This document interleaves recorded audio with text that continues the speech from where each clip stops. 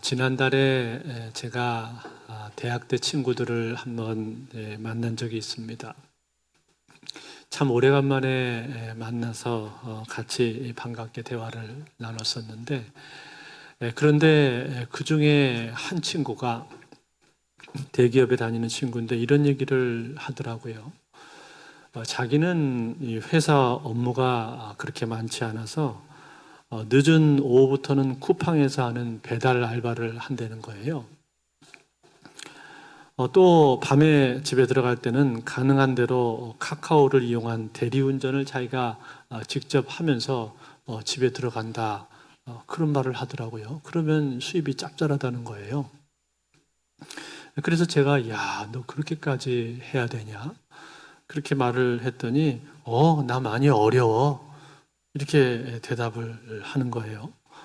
그랬더니 그 옆에 있던 이 은행 다니던 다른 친구가 어렵긴 뭐가 어려워. 강남에 20억도 넘는 아파트에 살면서 엄살 부리기는, 이렇게 말을 해서 한바탕 웃었던 적이 있었는데, 그런데 아닌 게 아니라 요즘 경기가 나쁘고 경제가 많이 어려워지면서 실제로 투잡, 쓰리잡 뛰는 그런 사람들이 점점 더 많아지고 있다고 합니다. 그만큼 생활이 퍽퍽해진 거죠.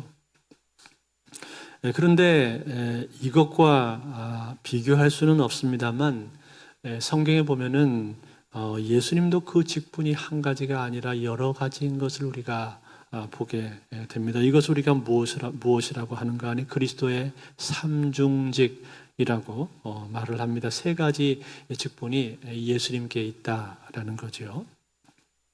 그 세 가지 직분이 무엇입니까? 하나는 제사장이고, 두 번째는 선지자이고, 세 번째는 왕입니다. 이 제사장과 선지자와 왕, 이 세 직분의 공통점이 무엇인가? 이 세 직분은 다 기름 부음을 받는 사람입니다. 기름 부음. 구약에 보면은 왕을 세울 때도 그 머리 위에 기름을 붓게 되어 있고, 선지자를 세울 때도 그렇고, 또 제사장을 세울 때도 그 머리 위에 기름을 부어서 제사장을 세웁니다. 그런데 이 그리스도라는 말의 뜻이 무엇입니까? 기름 부음 받은 자, 그런 뜻이죠. 즉 예수 그리스도는 기름 부음을 받으신 분이신데, 왕으로서, 제사장으로서, 또 선지자로서 기름 부음을 받으셨다라는 거예요. 그렇다면 여러분, 예수님께서 이처럼 삼중직을 가지고 계신 사실이 왜 중요합니까? 예수님이 삼중직을 가지고 있기 때문에 우리 그리스도인들에게도 그 삼중직이 그대로 흘러오는 것입니다. 그런 거로 여러분, 오늘 저는 여러분들과 함께 그 예수님의 삼중직이 무엇인지를 한번 살펴보고, 그것이 오늘날 우리에게 주는 의미와 교훈이 무엇인가 하는 것을 함께 생각을 해보면서 은혜를 받기를 원합니다.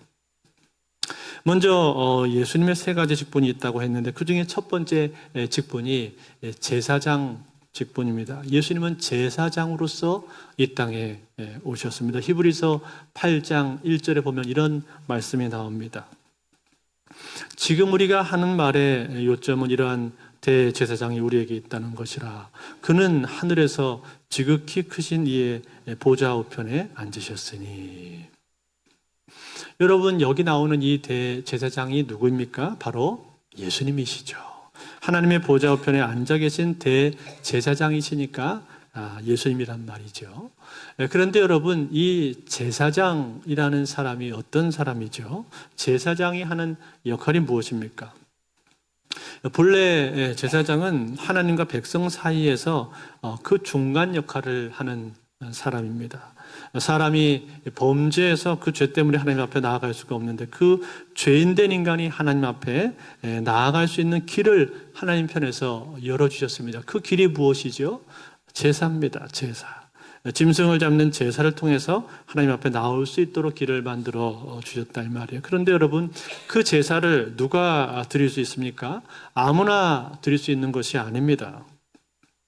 백성들이 예물을 가지고 오긴 하지만 그러나 그 제물을 들고 성소로 들어가시는 분은 누구신가? 제사장이란 말이에요. 제사장이 백성을 대표해서 나아가는 것입니다. 그러니까 이 제사장의 역할은 무엇입니까? 하나님과 인간 사이의 중간에 서서 중재하는 역할을 하는 것이죠. 다시 말해서 백성들의 죄를 짊어지고 하나님 앞에 나아가서 그 죄에 대한 해결과 죄사함을 받는 사람이다. 그런 말이에요. 이것이 이 제사장인데, 그런데 여러분, 문제는 무엇입니까? 문제는 이 제사장이요, 제사를 한 번 드리는 게 아니라는 거예요. 한 번 드리는 것으로 끝나지 않습니다. 매번마다 이 제사를 드려야 하는 것이고, 또 절기가 되면은 그 절기에 맞춰서 또 규례에 따라서 제사를 드려야 된단 말이죠. 그러니 얼마나 번거롭고 얼마나 참 고달픈 일이겠습니까?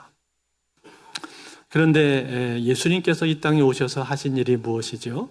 예수님은 대제사장으로서 이 땅에 찾아오셨습니다. 우리의 죄의 짐을 짊어지고 성소로 들어가셨습니다. 뿐만 아니라 그분은 스스로 산 제물이 되셔서, 살아있는 제물이 되셔서 자기 자신을 제물로 바치셨다 이 말이에요. 그렇기 때문에 그분을 걸어서 우리가 어린 양이다라고 말을 하지 않습니까? 요한복음 1장 29절 말씀, 이튿날 요한이 예수께서 자기에게 나오심을 보고 이르되 보라, 세상 죄를 지고 가는 하나님의 어린 양이로다.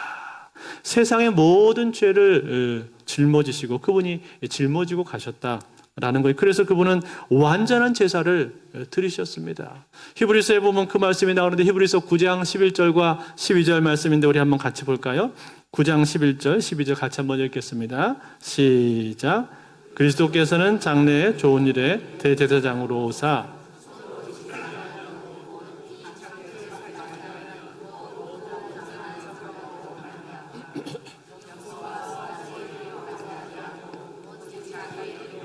영원한 속죄를 이루사 단번에 성소에 들어가셨느니라. 아멘.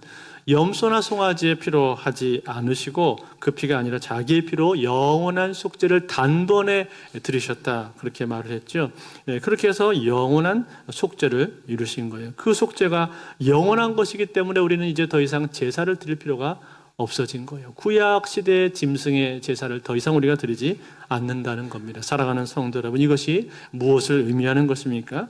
예수 그리스도께서 완전한 대제사장이 되었다라는 거죠. 그분이 성부 하나님께 순종함으로 말미암아서 완전한 제사를 드리셨고, 그로 인해서 우리는 완전히 구원을 받게 되었다는 겁니다. 할렐루야. 이것이 예수 그리스도께서 제사장으로서 행하신 일들이고 예수 그리스도의 제사장의 직분입니다. 두 번째입니다.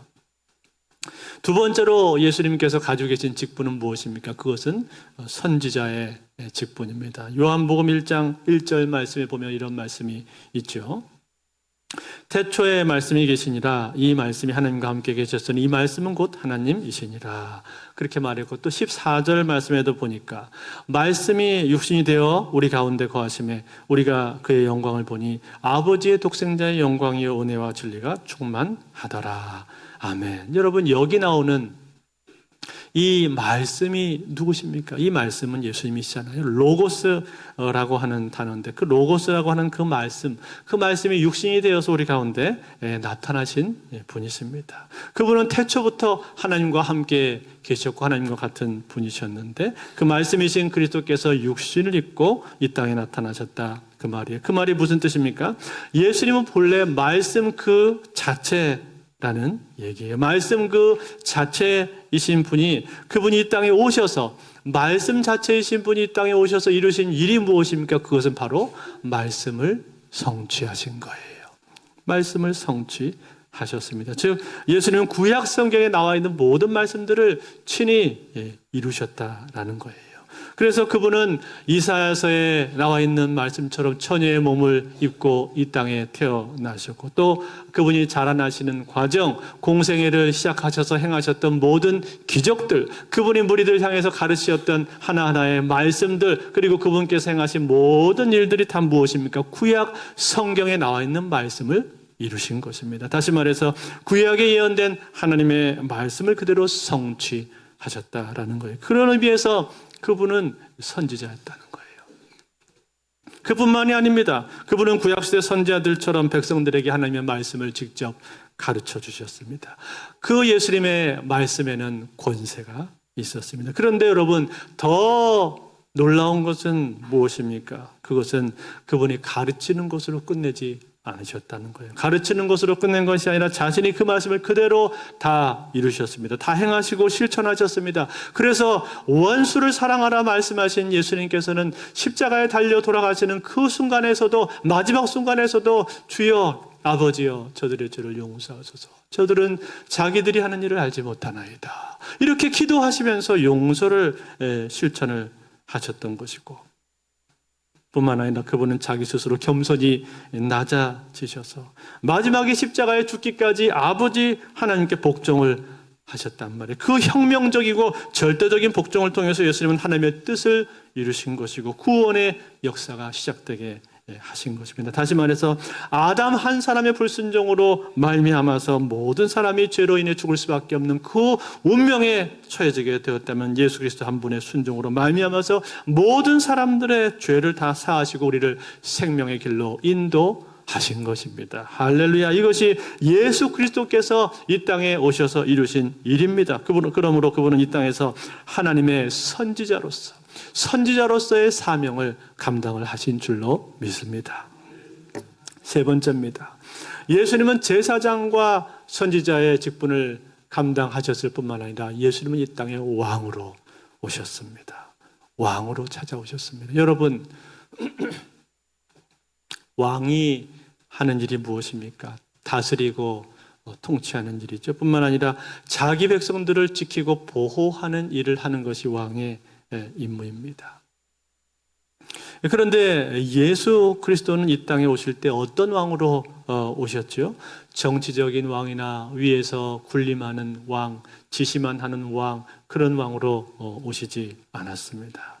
예수님 오히려 낮은 모습으로 이 땅에 오셨고 또 종의 형체를 입고 이 땅에 찾아와 주셨습니다. 그래서 예루살렘에 입성할 때도 그분은 작은 나귀 새끼를 타고 들어오시지 않습니까? 또 제자들의 발을 친히 씻겨주시는 그 모습을 통해서 우리는 그 예수님이 얼마나 겸손한 분이신지, 얼마나 섬기는 왕으로 이 땅에 오시는지 우리가 볼 수가 있다는 것. 그렇지만 그렇게 오셨지만 그 예수님은 진짜 왕 중에 왕이셨습니다. 그래서 성경은 그분의 왕권에 대해서 말할 때 이렇게 우리에게 선포를 해줍니다. 오늘 우리가 읽은 본문이었는데 에베소서 1장 22절 말씀인데 한번 같이 볼까요? 같이 읽겠습니다. 시작. 또 만물을 그의 발 아래 복종하게 하시고 그를 만물 위에 교회의 머리로 삼으셨느니라. 아멘. 뭐라고 했어요? 만물 위에 그를 교회의 머리로 삼으셨다. 그렇게 말했죠. 여러분, 예수님께서 교회의 머리가 되신다. 그렇게 말했는데 교회의 머리가 되신다는 것이 무슨 뜻일까요? 그것은 예수님께서 교회를 다스리신다. 그런 뜻입니다. 예수님은 교회만 다스리는 게 아닙니다. 교회를 다스리는 것을 통해서 예수님은 세상을 다스리는 분이세요. 그래서 골로새서 2장 10절에는 이렇게 말했습니다. 너희도 그 안에서 충만하여졌으니 그는 모든 통치자와 권세의 머리니라. 모든 통치자와 권세의 머리다. 무슨 뜻이에요? 이 세상의 모든 권력가들, 권세자들, 이런 사람들은 자기들이 세상을 다스리는 줄로 그렇게 생각을 하지만, 그러나 사실은 그렇지 않다는 거예요. 그 권세자들, 권력자들 위에 진짜 통치자가 따로 있다는 거예요. 누구십니까? 바로 예수 그리스도십니다. 예수님께서 사실은 이 땅과 우주를 다스리고 있는 거예요. 역사를 주관해 가신다는 거예요. 그래서 우리가 지난주 금요일날 금요기도회 때 같이 살펴본 것처럼 예수님은 이스라엘만 다스리는 것이 아닙니다. 저 옆에 있는 이방나라 아람 왕에 대해서도 그 왕을 세우고 패하는 이 일 가운데도 예수님은 친히 간섭하고 계신 것이고, 뿐만 아니라 바벨론 왕 느부갓네살이 스스로 높아지려고, 교만해져서 스스로 높아지려고 할 때 그때 어떻게 하셨습니까? 그 바벨론 왕 느부갓네살을 낮춰버리셨다 이 말이에요. 다니엘서에 나오는데 4장 31절에서 33절 말씀을 한번 같이 볼까요? 같이 한번 읽겠습니다. 시작. 이 말이 아직도 나 왕의 입에 있을 때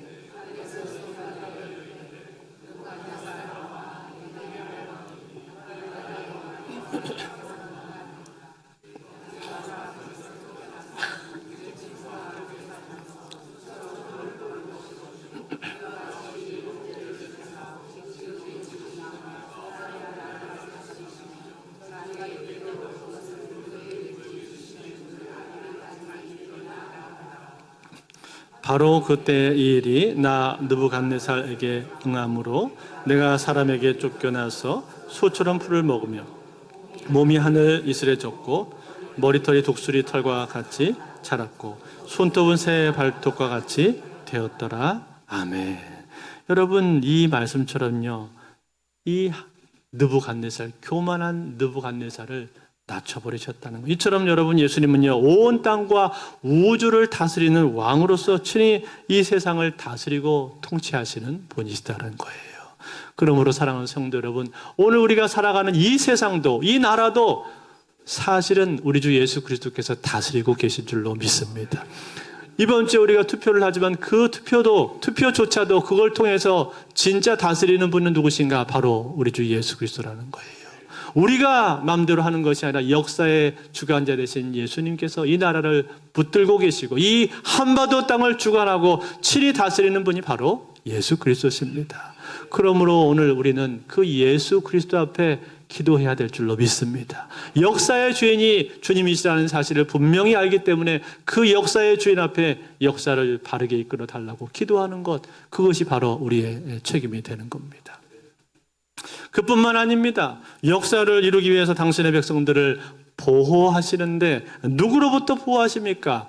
원수로부터 보호하신다는 것. 즉 어둠의 권세, 공중 권세 잡은 자, 그 사탄의 세력이 끝없이 당신의 백성들을 미혹하고 유혹하고 넘어뜨리려고 하지만, 두렵게 만들려고 하지만, 그러나 그 가운데서 그들을 지키시는 분이 누구십니까? 바로 예수 그리스도십니다. 누가복음 22장 31절 32절 말씀 이렇게 나옵니다.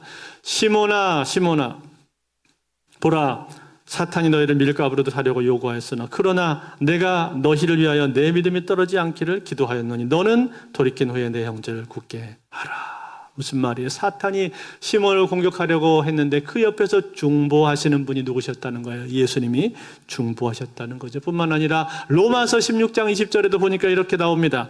평강의 하나님께서 속히 사탄을 너희 발 아래에서 상하게 하시리라. 우리 주 예수의 은혜가 너희에게 있을지어다. 아멘.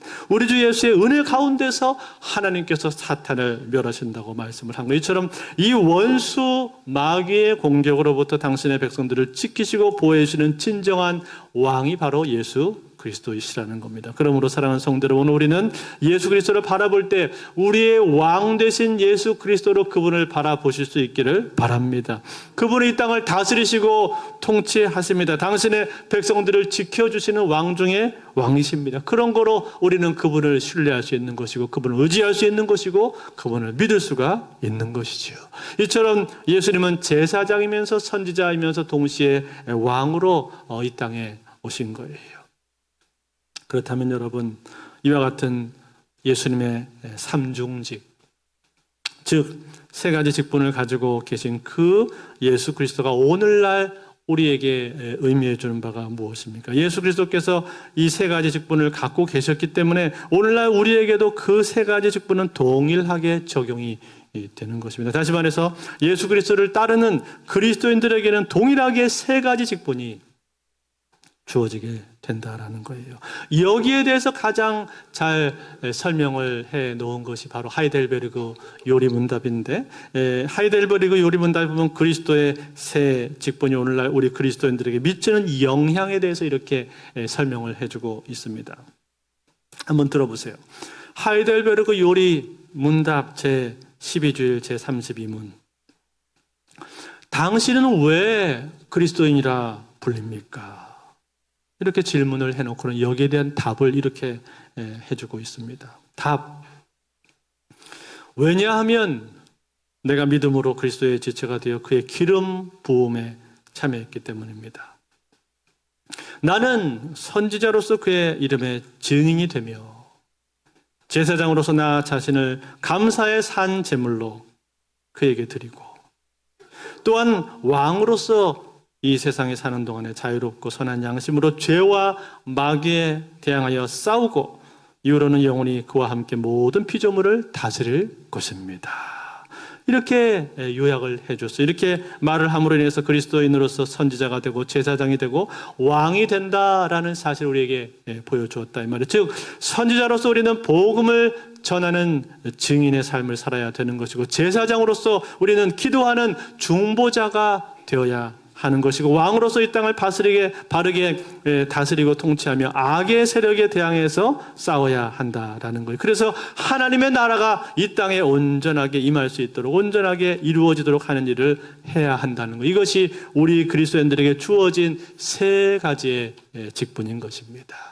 그렇다면 여러분, 오늘날 우리가 이 세 가지 직분들을 잘 감당하기 위해서 우리에게 필요한 것이 무엇입니까? 먼저 가정에서는요, 우리가 제사장과 왕과 선지자로서 우리 자녀들을 바르게 양육을 해야 할 것입니다. 가정의 분위기가 복음적인 분위기가 되게 해야 할 것이고, 기도와 말씀과 찬양의 분위기가 되게 만들어야 됩니다. 또 사랑이 흘러가는 따스한 가정이 되어야 할 것입니다. 뿐만 아니라 부모는 자녀들을 위해서 늘 기도를 해줘야 하는데, 그 기도는 단지 자녀들의 입신양명이나 출세 또 성공을 위해서만 기도하는 것이 아니라 우리 자녀들이 하나님 앞에 바르고 거룩한 자녀들이 될 수 있도록, 또 하나님 나라의 사명을 가진 사명자로서 성장할 수 있도록 그렇게 우리 자녀들을 위해서 기도를 해야 할 것입니다. 그것을 위해서 우리 자녀들을 양육할 때 우리는 시험 기간이나 입시라고 해서 우리 자녀들이 교회 생활을 소홀히 하도록 그렇게 가르쳐서는 안 됩니다. 그것은 우리의 제사장의 직무를 망각하는 것입니다. 여러분, 우리 자녀들은요, 부모의 말이 아니라 부모가 하는 행동, 부모가 하는 결정들, 그리고 부모가 가지고 있는 삶의 가치관, 그런 것들을 통해서 배우게끔 되어 있습니다. 때문에 여러분, 우리는 가정에서 우리 자녀들을 먼저 신앙적으로 양육을 할 수가 있어야 됩니다. 그런가 하면 여러분, 직장에서는 어떻습니까? 직장에서도 우리는 동일하게 이 세 가지 직분을 수행을 해야 되는데, 선지자로서 우리는 복음을 전할 수 있는 기회를 만들기 위해서 노력을 해야 됩니다. 그러기 위해서 먼저 필요한 게 무엇입니까? 먼저 우리는 내가 하는 업무에 최선을 다해야 됩니다. 내가 맡은 그 역할을 제대로 해내지를 못하면서 늘 게으르거나 무책임한 그런 모습을 보면서 다른 사람들에게 복음을 전할 수는 없는 것입니다. 그럴 때는 그 복음의 효력을 그냥 잃어버린단 말이에요. 때문에 복음을 전하기 위해서는 어떻게 해야 됩니까? 내가 맡은 업무를 최선을 다해서 늘 책임감 있고 성실하게 수행을 해야 되고, 거기다가 내 옆에 있는 사람들, 다른 사람들, 주변 사람들에게 관심을 가져주고 그들을 도울 수 있다면 그것이 최선인 것입니다. 그럴 때 그때 복음을 전할 수 있는 기반이 마련이 될 수가 있는 것이고, 그 위에 우리가 복음을 전할 수가 있는 거예요. 여러분, 이것 우리 학생들에게도 역시 마찬가지입니다. 내가 공부하는 것, 이것을 통해서 나 혼자 잘 먹고 잘 돼서 잘 살아야지, 그것을 위해서 공부를 하는 것이 아니라 내가 이 공부하는 것, 이것을 통해서, 이 공부를 통해서 내가 어떻게 하나님께 쓰임받고 하나님의 영광을 돌릴까? 하나님께 어떻게 하면 영광을 돌릴 수 있을까? 공부를 통해서 어떻게 내가 영광을 돌릴까? 이러한 고민을 가운데 여러분 공부를 해보시면, 그러면 공부를 잘 하지 않을 수가 없는 거예요. 공부해서 남주자, 그런 말이 있지 않습니까? 열심히 내가 공부해서 내 옆에 있는 친구들을 가르쳐주고 도와주고 섬겨줘 보십시오. 그러면 그것을 통해서 얼마든지 복음이 전해질 수가 있다는 것. 그게 바로 선지자로서의 삶이다라는 것 뿐만 아니라, 우리가 제사장으로서 다른 이들을 위해서 중보해주고 기도할 때 우리는 직장에서든 학교에서든 가정에서든 우리가 제사장으로서 살 수가 있는 것이고, 왕으로서 공평하고 공정하게 여러 결정들을 내리고, 그리고 악과 부조리에 대항해서 싸울 때, 그리고 악한 사단의 세력들에 대항해서 싸울 때 우리는 왕으로서 직무를 감당을 하는 겁니다. 이것이 우리가 일상생활 가운데 왕과 제사장과 선지자로서 살아가는 것입니다. 그런데 여러분, 지금까지 제가 말씀드린 것은 우리의 일반적인 그리스도인의 역할입니다. 모든 믿는 사람들은 이 세 가지 직분을 다 가지고 있다는 것. 그런데 여러분, 특별히 교회에서 갖는 직분은 또 따로 있지 않습니까? 맞습니다. 교회에서 갖는 직분은 또 따로 있습니다. 특별히 개혁교회와 장로교회에서는요, 전통적으로 목사, 장로, 집사, 이 세 가지 직분이 있어 왔습니다. 그것은 성경에서 디모데 전서와 디도서에서 이것을 말씀하고 있기 때문에 그런 것인데, 거기다가 권사는 디모데전서 3장에 나오는 여성도의 직분에 관한 언급으로부터 암묵적으로 그 근거를 찾을 수가 있습니다. 그래서 이 직분들이 쭉 유지가 되어 온 것인데, 이 직분들이 갖는 의미가 무엇입니까? 교회는 왜 이 직분들이 필요한 것입니까? 여러분, 이것은요, 하나님께서 교회를 위해서 직분을 세우신 것입니다. 여러분, 교회가 뭐지요? 교회는 그리스도의 몸입니다.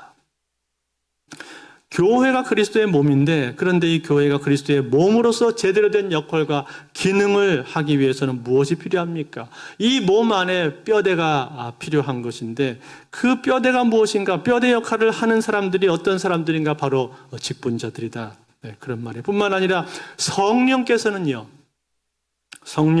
교회 공동체의 교제를 통해서 교회를 성화시켜 나가시는데, 그 성화의 일을 돕는 사람들이 누구인가? 바로 직분자들이다.